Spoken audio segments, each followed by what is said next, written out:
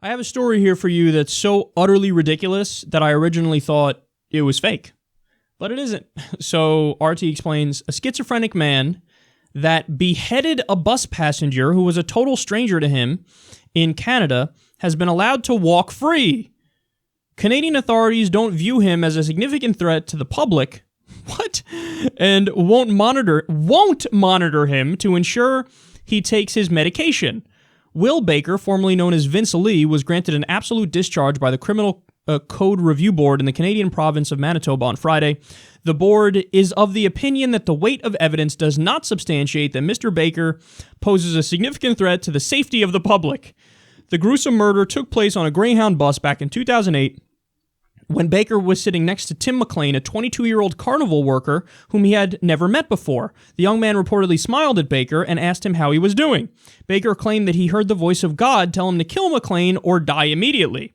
The man then repeatedly stabbed the 22-year-old, beheaded him as passengers fled the bus in shock. They let him go.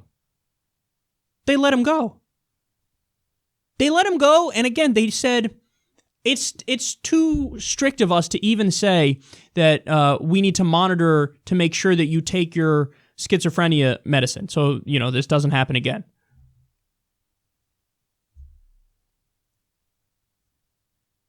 I'm speechless.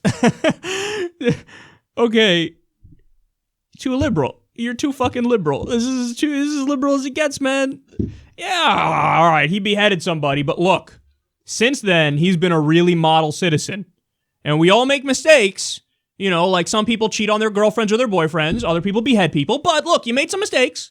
So we're going to give you a second chance. And no, we're not even going to monitor to make sure you take your medicine. Stop. This is the dumbest fucking thing I've ever heard in my life. This is dumb. Like, you're just dumb if you think this is okay. Here's my rule on beheadings. Strike one, you're out. That's it. Now, understand, if it's genuinely because of a schizophrenic episode, so I get it. He's less culpable than an ISIS guy who does it because he wants to behead you because of, it's for religious reasons and the intent and the motive is there, and he says, I want to behead you. This other guy, it was a schizophrenic break, so he's in an alternate reality and he's hallucinating and all this. So I get it. It's a lower level beheading, even though that sounds gross to say.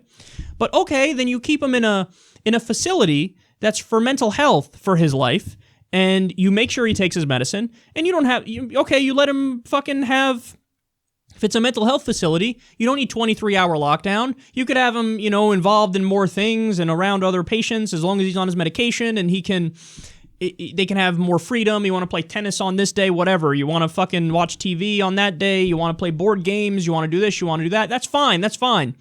But to let him go, no. To let him go and not even check to make sure he's taking his medication. We might have to fire your ass if you're the board that made that decision. So, and people are going to say, or at least the people who made this decision would say, yeah, but you're an American and your system is grotesque and it's too punitive. Yeah, but that's true, and I agree to that. But you just took the spectrum and put it all the way on the other end, where you're forgiving beheadings. Hell no.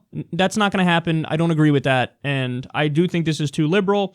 And in fact, I think it's just crazy if you would let this guy go and not even fucking check to make sure he's taking his medication.